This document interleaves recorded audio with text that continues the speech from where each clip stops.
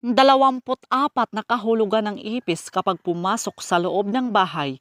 Una, kapag kulay itim na ipis ang pumasok sa loob ng bahay, ito ay sinyalis ng paparating na problema sa pamilya. Pangalawa, kapag kulay pula na ipis ang pumasok sa loob ng bahay, ito ay sinyalis ng paparating na bisita. Pangatlo, kapag kulay puti na ipis ang pumasok sa loob ng bahay, ito ay sinyalis ng mga lihim o bagay na itinatago sa bahay. Pang-apat, kapag marami ang ipis sa loob ng bahay, ito ay sinyalis ng kakulangan sa kalinisan sa loob ng bahay.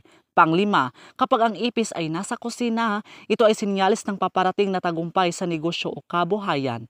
Pang-anim, kapag ang ipis ay pumasok sa silid tulugan, ito ay palatandaan ng problema sa relasyon o pagtatalo ng mag-asawa. Pang-pito, kapag ang ipis ay nasa banyo, ito ay sinyalis ng paparating na sakit o karamdaman sa isa sa mga miyembro ng pamilya.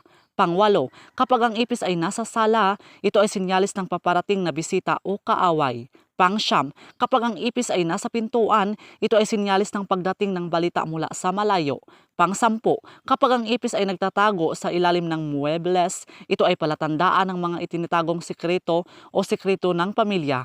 Panglabing-isa, kapag ang ipis ay nasa kwarto, ito ay sinyalis ng mabuting kalusugan. Panglabing-dalawa, kapag ang ipis ay nasa kusina, ito ay palatandaan ng kakulangan sa pagkain o gastusin sa bahay.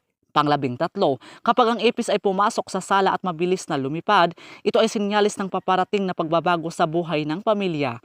Panglabing-apat, kapag ang ipis ay lumitaw sa dining room, ito ay palatandaan ng mga darating na bisita o handaan. Panglabing-lima, kapag ang ipis ay nasa bintana, ito ay sinyalis ng panghihimasok ng mga hindi inaasahang tao sa buhay ng pamilya.